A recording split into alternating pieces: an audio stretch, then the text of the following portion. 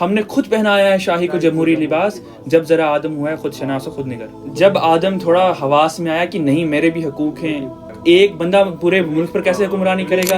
اب نظم کا بیسیکلی یہ سیٹ اپ ایسا ہے کہ ابلیس بیٹھا ہوا ہے اور اس کے مشیر کچھ ہیں، تو ایک محفل ٹائپ ہے.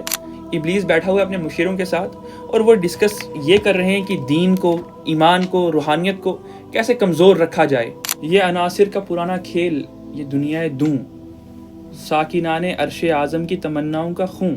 علامہ ابلیس کی زبان سے کہلواتے ہیں کہ یہ جو دنیا ہے، یعنی ابلیس اس کو ایسے انٹرپریٹ کر رہا ہے کہ یہ جو دنیا ہے یہ عناصر کا پرانا کھیل ہے، ایلیمنٹس کا. یعنی یہ کھیل ہی ہے، کبھی ایک بادشاہ آتا ہے کبھی دوسرا. تو اس کو ویسے ریلیٹ کرتے ہیں کہ یہ جو دنیا ہے یہ حقیقت میں خالص مادہ ہے، یعنی میٹر ہے، عناصر کا پرانا کھیل، ایلیمنٹس کا پرانا کھیل.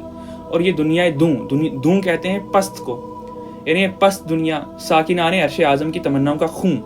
یہ جو دنیا ہے یہ ساکنان عرش اعظم کی تمناؤں کا خون ہے.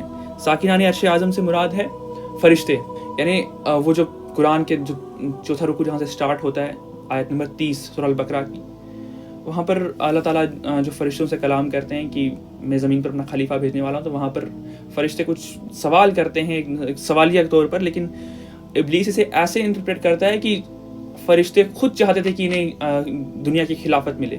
اس لیے ابلیس لکھتے ہیں کہ یہ جو دنیا ہے ساکنان عرش اعظم یعنی فرشتوں کی تمناؤں کا خون ہے. اس کی بربادی پہ آج آمادہ ہے وہ کارساز جس نے اس کا نام رکھا تھا جہان کاف و نوں. اور وہ کہتا ہے کہ اس دنیا میں آج، یعنی ایسے انٹرپریٹ کر رہا ہے آج کے حالات کو. ویسے تو یہ نظم تقریباً آج سے 90 برس پہلے لکھی گئی ہے، لیکن آج بھی ویسی تازہ ہے جیسے آج سے 90 برس پہلے تھی. تو کہتے ہیں آج اس کی بربادی پہ آج آمادہ ہے وہ کارساز جس نے اس کا نام رکھا تھا جہان کاف و نوں، یعنی جس نے کن فیا کن کہہ کر اس دنیا کی تخلیق کی، وہ آج خود اس کی بربادی پر آمادہ ہے. یہ ایسے ابلیس اسے انٹرپریٹ کر رہا ہے کہ دنیا میں آج اتنا شر و فساد ہے کہ ناؤز باللہ، اللہ خود ناؤز باللہ تنگ آ کر یہ کہہ رہے ہیں کہ میں اس دنیا کو ختم کر لوں. میں نے دکھلایا فرنگی کو ملوکیت کا خواب، میں نے توڑا مسجد و دیر و کلیسا کا فسوں. میں نے جو فرنگی ہے یعنی انگریز ہے اسے ملوکیت کا خواب دکھایا، اور میں نے مسجد ہو، مندر ہو، کلیسا ہو، اس کا فسوں توڑ دیا، اس کا جو جادو تھا ایک طرح سے. تو میں نے دکھلایا فرنگی کو ملوکیت کا خواب کہ فرنگی اٹھ، تو جیسے فرنگیوں نے کیا بھی ساری دنیا پر. میں نے ناداروں کو سکھلایا سبق تقدیر کا، میں نے منم کو دیا سرمایہ داری کا جنوں. یعنی جو نادار ہوتے ہیں، غریب یا پھر جنرل ماسز جسے کہتے ہیں ایک معاشرے میں، ان کو یہ سکھلا دیا، ان کے ذہنوں میں یہ بات ڈال دی کہ یہ جو تمہاری زندگی ہے، جو بھی تمہیں حاصل ہے، یہی تمہارا مقدر ہے. اب کسی اعلیٰ چیز کے لیے تم جد و جہد مت کرو، اپنے حالات کو جن حالات میں ہو ان کو قبول کرو اور بس جیتے چلے جاؤ. اور میں نے منم کو دیا سرمایہ داری کا جنوں. منم یعنی جس کے پاس جو ویلدی تھا، جو دولت مند تھا، اس کے ذہنوں میں نے یہ بات ڈال دی کہ آپ اس کو جمع کرو.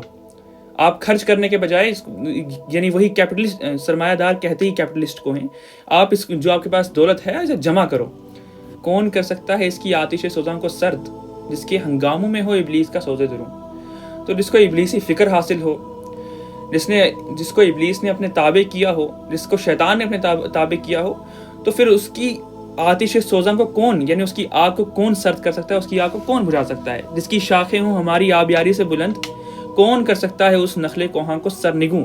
تو جس پیڑ پر ہم نے پانی دیا ہے، اس کو ہم نے پروان چڑھایا ہے، تو پھر اس کو کون جو ہے سرنگوں کر سکتا ہے، اس کو کون گرا سکتا ہے. اب اس میں ابلیس کے تمہیدی کلام کے بعد یا ابتدائی جو کلام کے بعد ان کا پہلا مشیر اٹھتا ہے اور کہتا ہے اس میں کیا شک ہے کہ محکم ہے یہ ابلیسی نظام، پختہ تر اس سے ہوئے خوئے غلامی میں عوام. یعنی وہ ایک اپنے استاد کی یا اپنے آقا کی ایک بڑائی بیان کر رہا ہے کہ اس میں کوئی شک نہیں ہے کہ جو ابلیسی نظام ہے یہ محکم ہے ازل سے ان غریبوں کے مقدر میں سجود، ان کی فطرت کا تقاضا ہے نماز بے قیام.